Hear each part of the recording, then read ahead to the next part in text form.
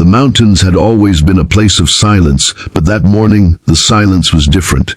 It was heavy, as if the wind itself was holding its breath. The lonely cabin stood against the backdrop of endless pine forests, its rough-hewn walls weathered by years of storms. Inside, Caleb Wren, once a soldier, now a recluse, was stirring his coffee when he heard a faint creak above his head, the sound of rope under strain. He stepped outside, his rifle in hand, and froze. Hanging upside down from the edge of his porch roof was a young blonde woman, her hair swaying in the cold breeze, her wrists bound, and a crude piece of leather branded into her torn blouse. The burned letters were jagged and black: Apache Lover. If you believe in kindness, second chances, and the power of stories that change hearts, please take a moment to like, comment, share, and subscribe to Kindness Corner.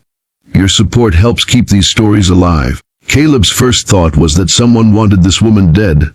Not quickly, but with a message that would outlive her. In the wild stretches of New Mexico territory, branding a woman with such words was more than cruelty. It was a death sentence. The tension between settlers and the Apache had been boiling for years, and anyone accused of sympathy toward the tribe was cast out, often hunted. Caleb knew this too well. He'd seen it happen when he was young, when his own sister had been accused of helping an Apache boy escape a lynching. She never made it back home. The woman's skin was pale from hanging too long, and the blood had rushed to her head. Caleb cut her down, catching her before she hit the ground. She was light as a breath, and when he carried her inside, her lips barely moved. Her eyes fluttered open just enough for him to see the glassy blue behind them. She smelled faintly of smoke, leather, and fear. As the hours passed, Caleb worked to bring her back, wrapping her in blankets, giving her water drop by drop. She woke fully by nightfall, but the look she gave him wasn't one of gratitude. It was caution. She had the gaze of someone who'd been chased for so long she no longer trusted stillness. Caleb didn't press her with questions. Instead, he made stew and set it in front of her, letting the warmth of the fire and the quiet of the cabin speak for him. Days turned into weeks, and little by little, fragments of her story began to emerge.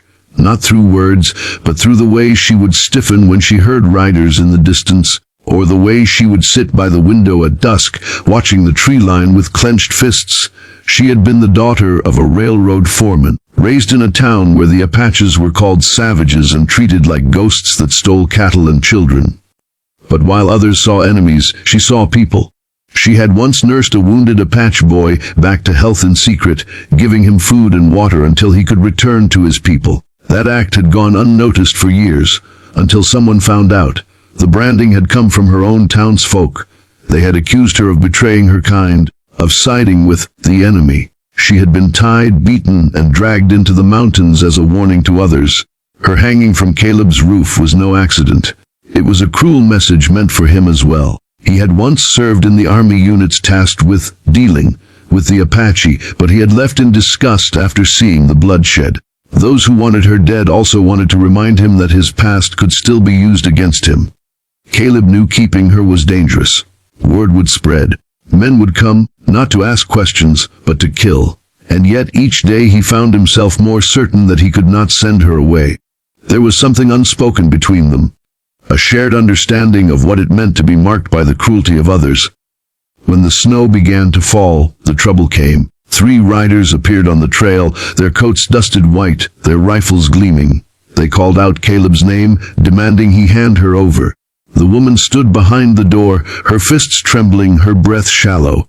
Caleb told her to run out the back and follow the creek until she reached the old mine, but she shook her head. She wasn't going to run again. The confrontation was quick and sharp. Caleb's rifle roared in the thin mountain air, sending the riders scattering, but one shot grazed his side. The woman, in an act that would forever be seared into his memory, dragged him inside and barred the door. She tore strips from her own clothing to bind his wound, her hands steady even as her voice broke. For hours, they waited for the sound of hoofbeats to fade into the distance. By spring, the world outside the cabin had shifted. The riders never returned, perhaps thinking Caleb had moved on or that the mountains had claimed them both. The woman stayed, helping him repair the roof, tend to the goats, and plant the small garden out back. The scar on her shoulder where the brand had burned deep never fully faded, but neither did her resolve. She began to smile again, sometimes even laugh. Caleb realized something in those months, that loneliness was not just about the absence of people, but the absence of someone who truly saw you. They had both been outcasts, both marked by the cruelty of a world quick to judge. Together, they found something they had both thought lost forever: peace. If this story touched your heart, please like, share, and subscribe to Kindness Corner.